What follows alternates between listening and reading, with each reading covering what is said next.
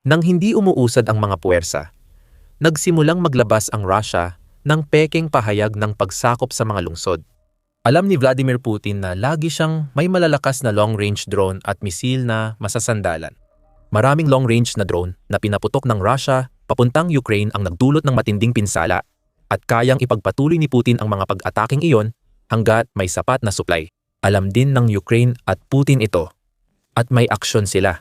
Kakapanalo lang ng Ukraine ng isang direktang atake laban sa makinarya ng digmaan ni Putin na sumira sa gulugod ng drone-based na estratehiya ng Russia.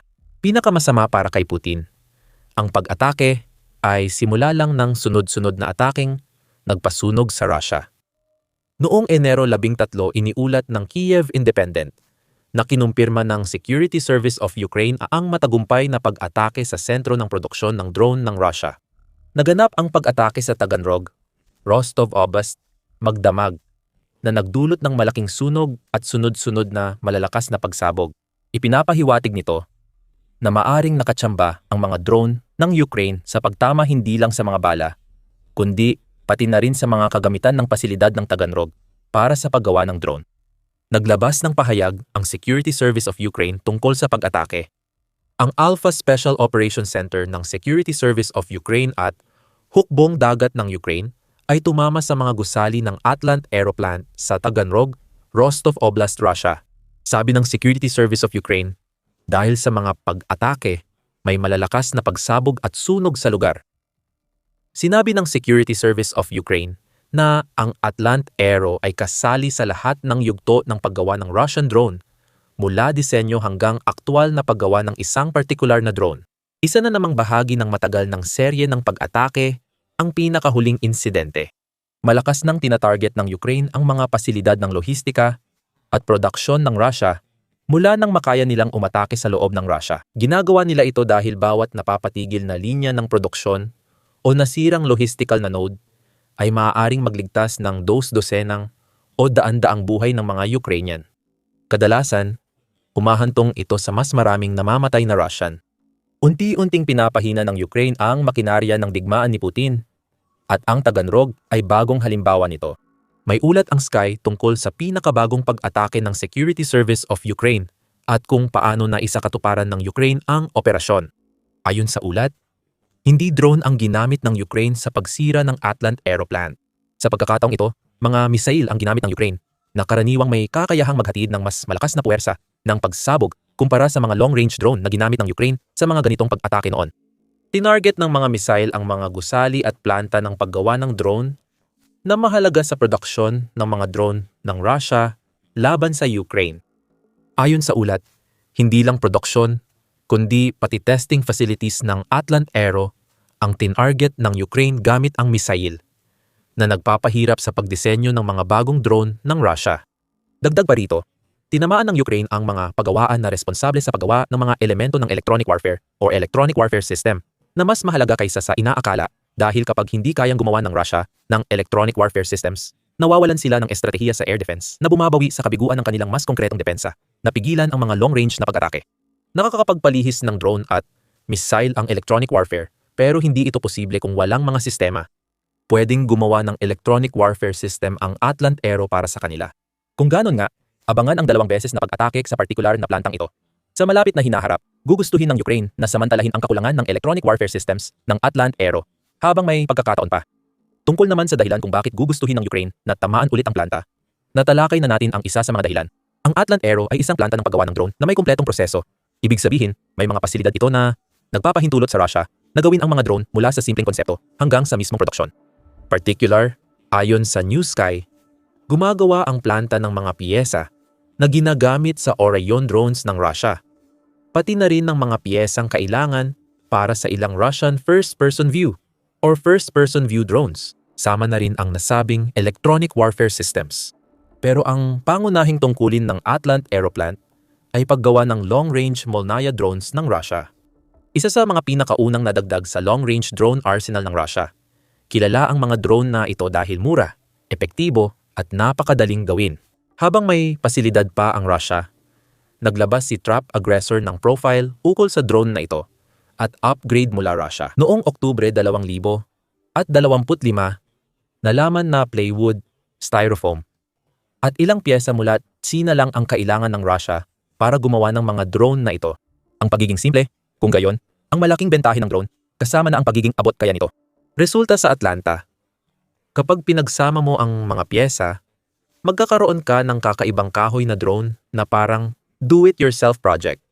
Hindi mukhang totoong sandata. Nakakatawa ang itsura. Simula 2000 at 23, mass production ng Russia ang sandatang ito at ginagamit sa pag-atake sa mga lungsod tulad ng Kharkiv. Hindi naman pinakakahanga-hanga ang Molnaya na drone. Karaniwan itong ginagamit para atakihin ang mga likurang bahagi ng Ukraine. Umaabot ito ng hanggang 40 kilometro o mga 200 at 48 milya ang layo.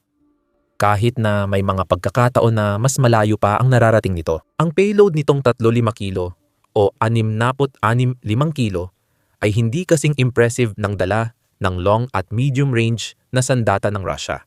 Kung hindi lalagyan ng Russia ng TM-62 na mina ang mura nitong drone, hindi nito madodoble ang firepower ng orihinal. Pero ang iniaalok ng Molnaya ay ang cost-effective na produksyon, kasabay ng uri ng adaptability na tiyak na ipagmamalaki ng Ukraine. Ayon sa Trap Aggressor, may mother drone na ang Russia na version ng Molnaya na kayang mag-deploy ng first-person view drone sa isang lugar. Ang mga drone na iyon ay maghihiwalay mula sa mga mount unit na nakakabit sa Molnaya at sa puntong iyon ay maaari na silang lumipad ng mas malayo kaysa sa kayang abutin ng Molnaya upang magsagawa ng mga pag-atake sa mas malalim na bahagi ng teritoryo ng Ukraine. Sabi ni Trap Aggressor, iniulat na ng Russian media na may isang Molnaya na nakarating ng 60 kilometro o mga 37 milya sa loob ng Ukraine bago gamitin ang first-person view drone at umatake. May mga usapan din tungkol sa paglalagay ng artificial intelligence sa drone. Bagamat mukhang ang ibig sabihin lang nito ay ang pag-install ng video tracker na maaring may o walang tunay na kakayahan ng AI. Gayunpaman, ito ay isang drone na gustong pabagsakin ng Ukraine mula sa himpapawid. Naging inspirasyon din ito ng mga drone manufacturer sa Ukraine. Ayon sa ulat ng United 24 Media noong Agosto, isang bihirang halimbawa ng pagkopya ng Ukraine sa inobasyon ng Russia ang naganap. Gumagawa na ang Ukraine ng sariling Molnaya drones na may ilang pagbabago. Tinawag na Bliskavka. Ang Ukrainian na version ng Russian drone ay pareho ang disenyo at ayos. Ayon sa UNED 44 Media, halos magkapareho rin ang abot at kapasidad ng kargamento na gawa ng Ukraine na pababain ang gastos kada drone sa $800 at $57. Naayos nila ang drone para sa remote at autonomous na operasyon, pati pagdala ng iba't ibang bala. Ito ang Molnaya, pero mas maganda.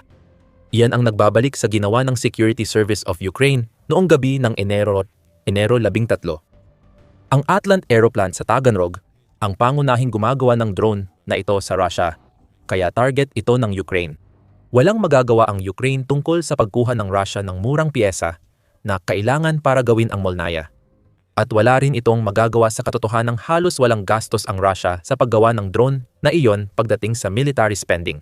Kaya nitong tanggalin ang pasilidad, alisin ang paggawaan, at kunin mula Russia ang mga gamit para sa Molnaya. Walang silbi ang pako kung walang martilyo, at layunin ng Ukraine noong Enero 3 na agawin ang martilyo ng Molnaya mula sa Russia. Tagumpay ang Ukraine. Sa ulat nito tungkol sa pag-atake ng Security Service of Ukraine, binigyang diin ng The Kiev Post na maraming ebidensya na nagpapakita na direktang tinamaan ng Ukraine ang Atlanta. Lampas pa sa pahayag na ibinahagi ng Security Service of Ukraine, galing sa Russian Telegram channel ang karamihan ng ebidensya na naguulat na bandang 5:00 ng umaga sa Kiev, nagsimula ang pag-atake ng Ukraine at ito ang sanhi ng mga sunog at pagsabog ayon sa Security Service of Ukraine. Abala rin ang Excelenova Plus Telegram channel ng Russia sa pagpo-post ng mga litrato at video na tila galing sa mga Russian na nasa lugar ng pag-atake. Isang 7-segundong video ang nagpapakita ng gusali sa Atlantera facility na nilalamon ng apoy. Kahit na maapula ang apoy na iyon, malamang na wasak na ang gusali. Sa puntong iyon, kailangan ng Russia na muling itayo ito o gumugol ng mga linggo, marahil kahit buwan, upang maibalik ito sa isang katanggap-tanggap na kalagayan. Hindi pa sigurado kung ang gusaling iyon ay pasilidad ng produksyon ng Atlanta. Ibig sabihin nito, maaaring dos-dosenang o baka daan-daang Molniya drone na sana ay ginawa at ipinadala sa Ukraine ay hindi na magagawa pa. Yun pa lang ay sapat na para maging sulit ang pagsalakay ng Security Service of Ukraine para sa Ukraine. Sa Telegram, nag-post ang ex-Selenova Plus ng larawan ng makapal na usok mula sa pabrika ng Atlanta. Ayon sa kanya, ang planta ay bahagi na ng military-industrial complex ng Russia at gumagawa ng bahagi para sa combat drone, control systems at electronic warfare system. Mas lalo itong tinatarget ng Ukraine dahil bawat nasira ay nagpapabagal sa operasyon ng militar ng Russia. Iniulat ng New Sky ang pinsalang dulot ng mga missile ng Ukraine noong Enero 13. Sinasabi nitong tulad dati, pinilit ng Russian authorities na paliitin ang tagumpay ng Ukraine kaysa sa totoong nangyari. Hindi na ginamit ang dating palusot na drone debris dahil missile na ang ginamit ng Ukraine, hindi drone. Di na tayo magugulat kung sabihin ng Russia na debris ng drone ang dahilan ng sunog sa Atlanta. Ayon sa New Sky, sinabi ng mga awtoridad sa Taganrog at Rostov na nagbigay lang sila ng malabong pahayag tungkol sa pagpigil sa pag-atake at pagbagsak ng target habang nasusunog ang planta. Parang ginawa noon ni dating Information Minister ng Iraq, Mohammed Said al-Sahaf o Comical Ali, na nagsabing walang United States Forces sa Iraq habang naglalakad ang mga tangke ng Amerika sa bansa.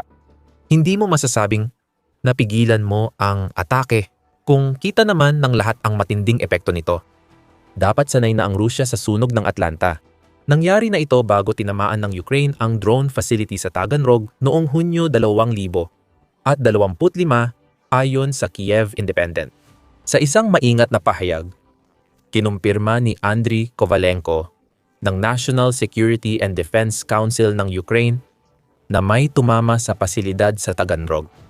May lumipad na hindi kilalang bagay sa Atlant Aeroplant sa Taganrog. Ayon kay Kovalenko, noong Hunyo, mahalagang bahagi ito ng Russian military-industrial complex na dalubhasa sa labanan, drones, at control system. Kita na nag-e-enjoy si Kovalenko mang-asar gamit ang pahayag dahil malinaw na Ukraine ang tinutukoy niyang hindi kilala. Maliban na lang kung inatake ng Russia ang sarili nito at hindi mo rin sila masisisi kung sakali. Iniulat ng mga awtoridad ng Russia na isang alon ng mga Ukrainian drone ang umatake sa ilang rehiyon noong gabing iyon, kabilang ang Rostov area kung saan matatagpuan ang Taganrog. Ipinahayag ng Russia na napabagsak nila ang 40 sa mga drone na ito. Naglabas si Gobernador Yuri Sliazar ng Rostov ng walang basehang pahayag na sinira ng mga drone ng Ukraine ang isang sports complex, gusali ng mataas na paaralan, at mga tirahan. Walang nabanggit tungkol sa Atlant Aero mula sa Russia noong Hunyo 2025. Pinahirap ng Security Service of Ukraine para sa Russia na itanggi ang nasusunog na guho mula sa planta. Noong Enero, nagkaroon ng masamang gabi ang Atlant Aero. Kung alam mo kung paano ginagawa ng Ukraine ang long-range na pag-atake, malamang alam mo na ito. Hindi lang ang drone facility ang target ng Ukraine. Noong Enero 13, kinumpirma ng Kyiv Post na tinamaan din ng Ukraine ang Bereyev Tank Aircraft Plant sa Taganrog, isang mahalagang pasilidad para sa pagkumpuni at pagmamantini ng mga eroplanong Ruso. Hindi lang dahil malapit ito sa hangganan ng Russia at Ukraine. Ang pagiging malapit nito sa Ukraine ay nangangahulugan na mabilis na makakagawa ng pagkukumpuni ang planta sa mga bomberong ginagamit ng Russia para atakihin ang mga lungsod ng Ukraine. Ipinakita lang ng Security Service of Ukraine na ang pagkakaroon ng planta ng pagkukumpuni at maintenance na malapit sa Ukraine ay mas nagpapadali para tamaan ang planta na iyon. Tinamaan na rin ng Ukraine ang planta na ito noon. Nitong Nobyembre, naglunsad ito ng long-range attack sa planta na sinabing sumira sa dalawang eksperimental na eroplano ng Russia, ang A-60 at A-100LL. Bukod sa pag-host ng experimental na eroplano, ang Tanki plant ay nagkukumpuni rin ng mga Tupolev, 75 MC strategic bombers, at A-50 airborne early warning aircraft ng Russia. At ang hindi pagkakaroon ng kakayahang kumpunihin ang huli ay magiging lalo pang nakakasama sa Russia. Ang A-50 ay nagsisilbing mata ng Russia sa himpapawid para matukoy at pabagsakin ang mga target gamit ang mga fighter jet, missile at iba pang sandata. Noong Marso 2024 iniulat ng Newsweek na nauubusan na ng mahahalagang eroplano ang Russia matapos masira ng Ukraine ang dalawa. Simula 2024, 6 na lang daw ang natitirang 50 ng Russia. Kung hindi nila maayos ang mga eroplanong iyon ngayon, hindi na nila matutukoy ang mga paparating na eroplanong Ukrainian, missile at drone sa hinaharap. Sinabi natin na posibleng may double tap sa Atlantera. Baka minomonitor ng Ukraine ang mga di naaalaga ang 50 ng Russia para malaman kung ano pa ang pwedeng targetin. Parang hindi pa sapat ang lahat ng ito para magulantang si Putin. Kinumpirma ng General Staff ng Ukraine na tinamaan nila ang ilang target ng Russia, karamihan sa sinakop na rehiyon. Sa Telegram, iniulat ng pangkalahatang staff ng Ukraine na nasira nila ang TOR anti-aircraft system, P-12 Prima Radar Tunguska Air Defense, at mga puwersa ng Russia sa Zaporizhia. Sa Donetsk, winasak ng Ukraine ang imbakan ng bala, TOR system, at konsentrasyon ng tropang Russia. Mabigat ang gabing ito para kay Putin, at posibleng mas malaki ang epekto kaysa inaasahan niya. Mag-focus muna tayo sa mga drone. Totoo na ang mga Molniya drone na espesyalidad ng Atlant Aero ay halos matatawag lang na long-range na mga drone. Ang Orion, kung saan gumagawa ng mga bahagi ang planta, ay isang long-range drone.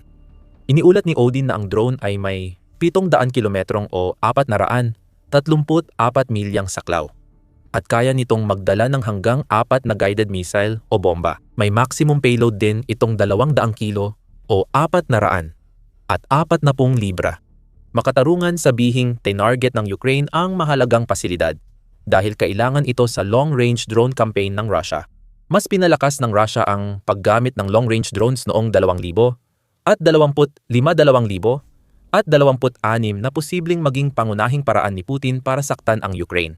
Ipinakita ito ng bagong tinig ng Ukraine sa isang ulat noong Enero 13 kung saan sinabi nitong may armadong labanan. Ayon sa location and event data, nagpakawala ang Russia ng 26,300 at 27 drones sa Ukraine noong 2025. Mahigit 10,000 kaysa noong 2024 o halos 2,000. 174 drones bawat buwan. Mataas ang bilang na ito. Ginagamit ng Russia ang mga drone para takutin ang mga sibilyan ng Ukraine at sirain ang mga target militar. Ang perpektong halimbawa ay mula sa ulat ng The Guardian noong Enero 13 na nagsasabing tina-target ng Russia ang energy grid ng Ukraine sa buong taglamig.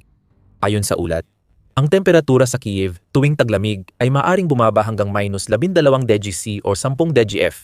Sinusulit ng Russia ang katotohanan iyan sa pamamagitan ng mga pag-atake na layuning pahinain ang kagustuhang lumaban at maaaring pumatay pa ng mga mahihina. Mas naging interesado kamakailan ang United States sa pangmatagalang estratehiya ng Russia sa Ukraine. Noong Enero 13 iniulat ng Al Jazeera na inakusahan ng United States ang Russia ng mapanganib at hindi maipaliwanag na paglala ng digmaan sa Ukraine. Ang mga pag-atake gamit ang missile at drone ang tila nasa sentro ng paglalala na iyon. Nagbigay pahayag ang Deputy Ambassador ng United States sa United Nations na si Tammy Bruce matapos i-deploy ng Russia ang hypersonic Oreshnik missile sa pag-atake sa Ukraine. Dahil sa dedikasyon ni Pangulong Trump sa pandaigdigang kapayapaan, dapat maghanap ng paraan ang dalawang panig para bawasan ang tensyon. Sabi ni Bruce, baka nag-aalala si Pangulong Trump na gamitin ni Putin ang missile na may nuclear laban sa Ukraine. Mag-aalala rin ang Ukraine. Ang dami ng mga drone na ginagamit ng Russia ang mas magpapabahala rito dahil sa pinsalang dulot ng mga ito sa paglipas ng panahon. Ang pagsira sa isang pasilidad na gumagawa ng mga drone na iyon, lalo na kung ito ay malapit sa Ukraine, na nagpapahintulot sa Russia na mabilis na makagawa at makapaghatid ng mga drone kung saan ito kailangan, ay isang malaking panalo. Ganoon din ang paggamit ng Ukraine ng missile. Karaniwan naming iniuulat na gumagamit ang Ukraine ng mga long-range na drone kapag sinasabi namin sa inyo na nakapagsagawa na naman ang bansa ng malalim na pag-atake laban sa isang pasilidad ng langis o militar ng Russia. Pero sa pagkakataong ito, iba na. Nagpakawala ng missile ang Security Service of Ukraine pero hindi malinaw kung anong klase. Sabi ng General Staff ng Ukraine sa Sky, gawa sa Ukraine ang mga ito. Pero ang katotohanang ginagamit na nila, ang mga ito ay nagpapakita na mas nagiging kumpiyansa na ang Ukraine sa kanilang mga inventaryo ng mga sandatang kayang magdulot ng malalayong pinsala. Maaaring ginamit ng Ukraine ang modernisadong Neptune class na missile na kayang abutin ang Taganrog o baka ang ballistic missiles na unang beses na ipakalat ayon kay Pangulong Volodymyr Zelensky. Ayon sa ulat ng Warzone noong Disyembre 10, posibleng ibang missile ito. Natatakot si Putin dahil marami ng pagpipilian ang Ukraine. Sa simula ng video, nabanggit naming ang pag-atake ng missile sa Atlant Aero ang nagpasimula ng serye ng pangyayaring yumanig sa Russia noong Enero 13. Mas malaki pa ito kaysa dati. Ang paggamit ng Ukraine ng sariling missile ay simula ng bagong yugto ng digmaan na sana ay hindi ginusto ni Putin. Hindi na lang basta gumagawa ng mga long-range na missile ang Ukraine, ginagamit na nila ito. At isa sa mga pangunahing pasilidad ng Russia sa paggawa ng drone ang nakaranas ng kanilang lakas. Posibleng dumami pa ang missile, at kung tutuparin ng United Kingdom ang pangako nila, mapapalakas ng Ukraine ang imbakan ng short-range ballistic missile para wasakin ang mga target malapit sa hangganan. Nagsimula na ang Project Nightfall, at ang unang bagong missile mula United Kingdom para sa Ukraine ay maaaring subukan sa dulo ng 2026. Alamin pa ang tungkol sa Project Nightfall at sa aming video. Kung nagustuhan mo ito, mag-subscribe sa The Military Show para sa updates sa tagumpay ng Ukraine sa Russia. Salamat sa panonood.